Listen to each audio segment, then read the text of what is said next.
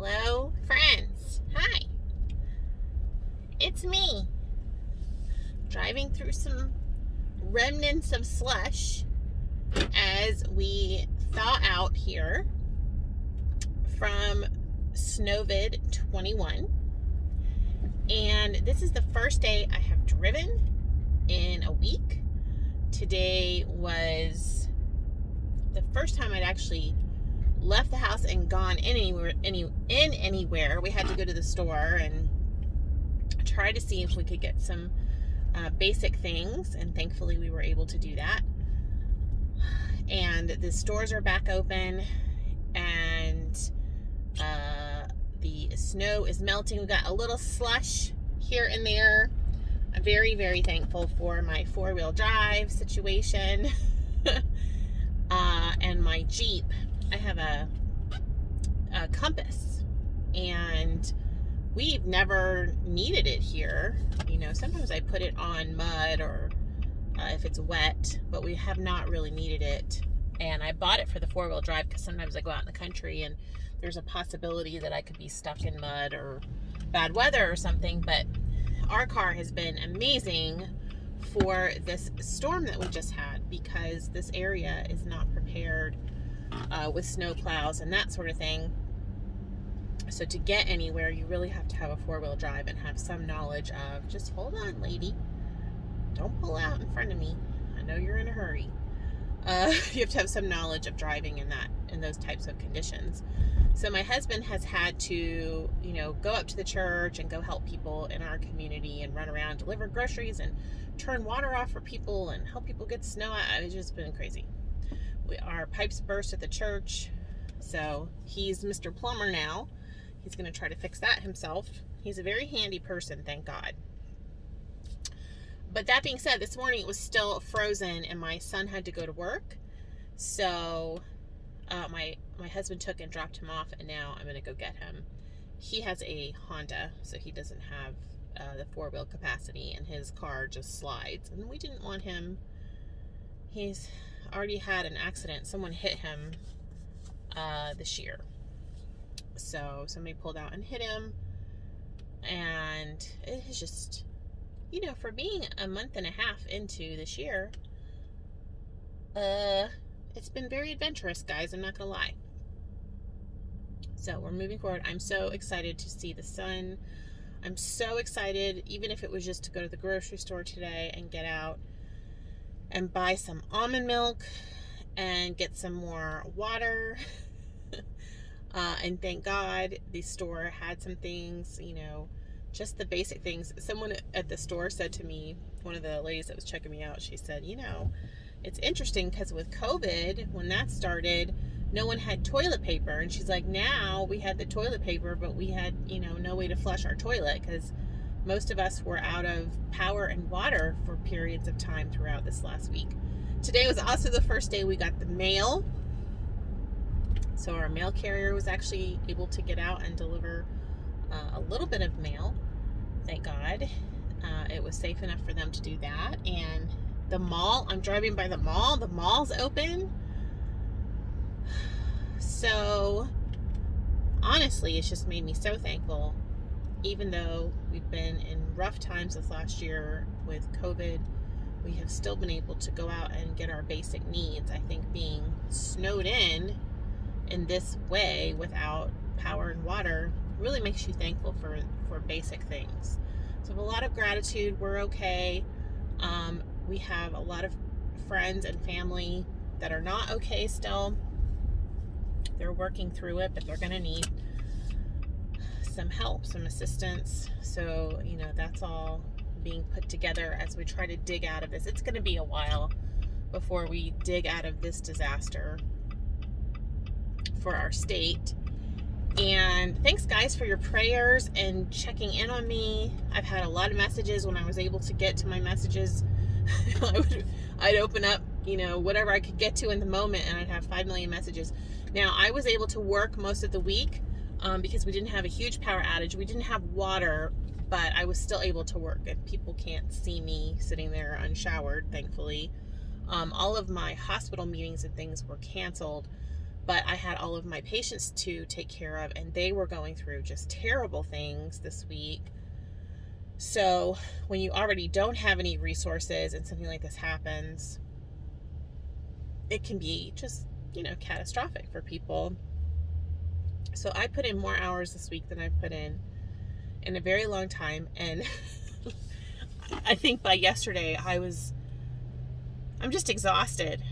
I think active listening and problem solving for others and supporting others through this stuff is a lot. And I know I've had several friends that work in the hospitals that have been stuck there all week. Our hospital, their water main, their pipes burst, but something else happened. It flooded the cafeteria. They had no food. They weren't able to provide food. And then so they had to find food for the patients. And then the nurses and doctors were stuck up there.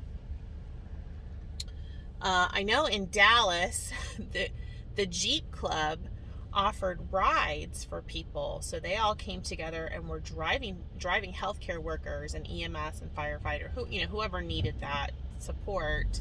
They were driving them this last week. We didn't really have anything like that. I'm sure there was lots of creativity being utilized, but I know a lot of people had to I wonder how you get in this parking lot. I've got to go pick my son up, but the parking lot the line is around the highway. People are desperate for food right now, and it's so interesting. When I started my job, I remember going to a meeting with city officials and them talking about how our restaurants in this area are essential because many people don't know how to cook and they really rely on fast food for nutrition. There he is. Oh, it looks like he's still working. He's got I think 8 more minutes. I think I was very ignorant to the needs of people who are experiencing poverty, and then COVID came along, and you want to talk about compounding the problem for people. So people have been very reliant on our restaurants, and our restaurants haven't been open. In fact, today the restaurants are open, but you can't get drinks because the water's back on. We don't have full force of it, but it's on.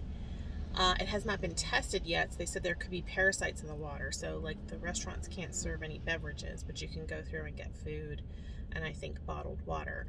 And some of our big companies and things offered some of our I don't know what else to call them, but they offered free water and water from their water tanks, and it's just been natural disaster. You guys know, if you've lived through something like that, you guys know. But anyway, that's what's been going on. I feel like I'm in a school line. When I used to go pick him up at school. This is so cute. I like it. I don't know how else to get into this parking lot. I guess I could have gone into the church parking lot and parked over there. That would have probably made more sense. Now I'm in the Cane's drive-thru, which means potentially it looks like I'm ordering Cane's. Oh, maybe I'll get Cane's for my husband for dinner tonight. Okay, so that's kind of the story with that. Now, in terms of eating, I'm so proud of myself this week, you guys. I kept thinking, I'm stressed out. Things are rough. It's only going to make it worse to gain a bunch of weight and undo all the work I've done. Oh my gosh, I've worked so hard and go backwards, and I can easily put on the weight it takes me weeks to lose in 1 week. I don't know if you guys are like that, but I did a really great job tracking, and I'm working towards more of a low carb approach with my calorie counting. It's very easy with calorie counting to really approach eating any way that you want. And I, a couple days ago, just started to do more watch my macros a little bit. One of my friends, Kelly, over on my calorie counting group on Facebook, she sent me a message a couple weeks ago and said she had hired a nutritionist. I guess they didn't want to wait for chicken anymore. She'd hired a nutritionist and they were focusing on her macros. And she said even though it's a lot of work, it's paying off for her. So I immediately started kind of looking at doing a lower carb approach.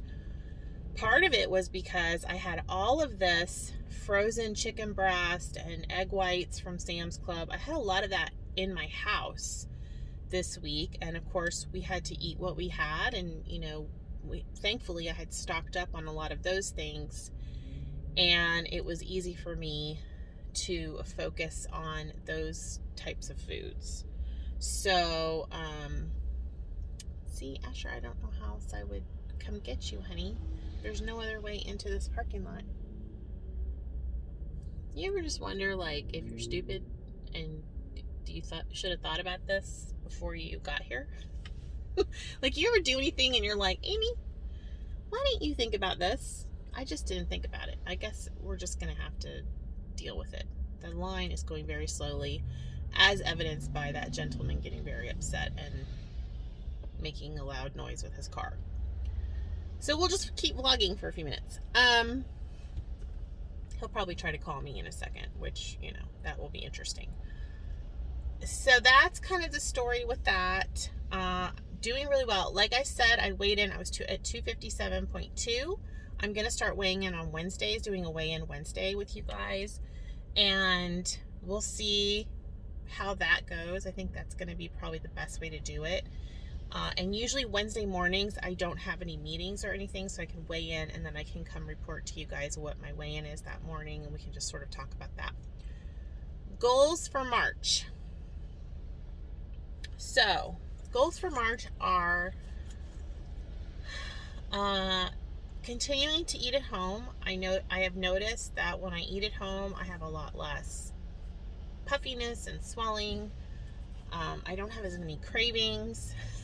I'm able to cook the things that I like, and I'm able to be more satisfied and full because I can concentrate on like volumetrics and that sort of thing. I would really like to get below, obviously, 255. I want to push myself out of this. I'm not sure if I'm on a plateau. I know you guys are like, Amy, stay the course. Your body's adjusting to 257, and my body loves this number. Oh my gosh, I don't even know how many times I've revisited this number. So I'm thinking that by shaking up what I'm eating, it's going to kind of push me a little bit. And then my back is doing so much better. So getting back into intentional movement. I know I do a lot of unintentional movement and just movement that's built into my day. And that usually ends up being about 5,000 or 6,000 steps a day because I end up being pretty active during the day. But to get to 10,000 steps, I have to incorporate intentional movement, which is either walking or doing a Leslie video or getting on my elliptical, which nobody wants to do that except for my husband. My husband loves our elliptical. So intentional movement is going to be the focus. I've got the tracking down. That is such a good habit. The other thing that we're working on over in our group in calorie counting, excuse me, I needed a little sip of something. Over in calorie counting is taking a pause before we eat. And there's a book that I read. I keep forgetting the name of it. Pause. We talked about this in Weight Watchers too.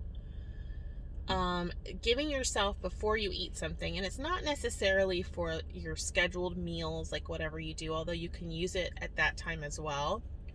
But especially like in the evenings, which is my snacky time, or maybe if you have a mid-afternoon snacky time, to, you have the impulse to eat something because maybe you are hungry or maybe you're just snacky.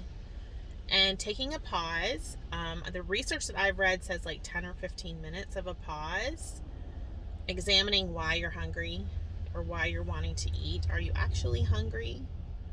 or is it something else going on? Which usually in the evenings for me, it's stress, it's boredom, it's being tired, that sort of thing.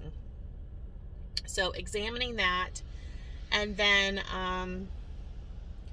deciding, making a conscious decision, whether it is to eat and snack, which that's fine, you know, especially if it's built into your calories and you've planned it, or saying, you know, I'm actually just bored or irritated, or maybe I just need to go to bed. Phone a friend, talk to you guys, you know, go talk to my community over on Facebook or here on Instagram. And taking that pause. So pausing, checking in with yourself, and then making a choice. And I think checking in with yourself also involves the hunger scale. So I've been looking more at that. Weight Watchers was really big on the hunger scale. And I find that I'm eating when I'm not hungry. In fact, I don't know that I'm ever actually very hungry. And I've been sort of indoctrinated in this idea of eating breakfast because breakfast is the first meal of the day and the most important meal of the day and all of that. And I'm not even hungry for breakfast half the time. So usually I don't get hungry until about 9 or 10 o'clock. So I've been trying to do a little bit more of that, paying attention to my hunger cues, and then not eating until I am uncomfortably full or stuffed. That is another... I usually don't do that except for on like my date night, where I will just munch and munch and I don't realize like even stuff that I've tracked, I'll just sit there and munch, and then I go past full, like I go past satisfied, I go past full, and I start to feel uncomfortably full, and I want to start stopping myself when I'm satisfied. So pausing is something that I'm working on, and we talked about that today over in our little group over there. I'm working on that this evening, is taking that little pause. I don't know about 10 or 15 minutes, but I think just when I go for the snack, setting it down for a minute, stepping away, you know, taking a breath, stepping away, do something else for a few minutes, and see if I'm actually hungry, or why are you eating, you know? Do you need a snack in front of the TV? Do you need 5 snacks? 5 snacks in front of the TV? Sometimes the answer is yes. So goals for March. I'm going to see 255 and lower in March. It's going to happen. You guys can stay tuned and mark my words. I feel really good. I lost 4 inches this month, you guys, already. I've been measuring myself. That's the other thing. I've lost 4 inches, but my weight has kind of stayed in the same couple of pounds up and down. So the inches are coming off. I just want to see it on the scale as well. My clothes are fitting better. I've still got some things I can't get into from when I was about 25 pounds lighter. And like I said, I'm going to go, you know, help my parents move in April. That's the plan if their house closes. And their house has a pool. So my reward is to go swimming in the pool. And right now that's kind of I don't want to be limited by my weight. And I feel a lot better at the pool when I'm more mobile and just feel better. Plus my back feeling better, you guys, is a huge motivator for me. So that's the story. I just wanted to check in and do a little car vlog as I'm waiting to get Asher, which he's still working. He's still working outside right now. So that's good. He just ran in with a bag of stuff. I wonder what he's doing. So he works at a chicken place. They do chicken fingers. And he's really good outside. So they always have him outside, which gets really old. And then like he was up here yesterday trying to de-ice and do some other things. So he's a good kid. I will see you guys later. Stay in orbit. Let me know how you're doing out there, what your plans are for March. I'm going to do some other fun stuff over on my Facebook page. I'm going to have a St. Patrick's Day Tupperware party coming up because, you know, we got to represent for the Irish. And then I have a group over there called N is for Nurse Calorie Counting Buddies. And we are just chit-chatting. We only have like a couple hundred people, but we have like really nice people over there that are just supporting each other with calorie counting. And I have some friends over there that have gone back to other plans, and it doesn't matter. They're still my friends, and they're still hanging out with us over there. And maybe they're doing secondary tracking in the Lose It app. That's the app that we've all been using, and really, I love it. It's fabulous.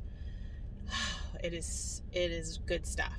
So let me know if you have questions, and I will try to answer them down below. Otherwise, I will see you later. Bye.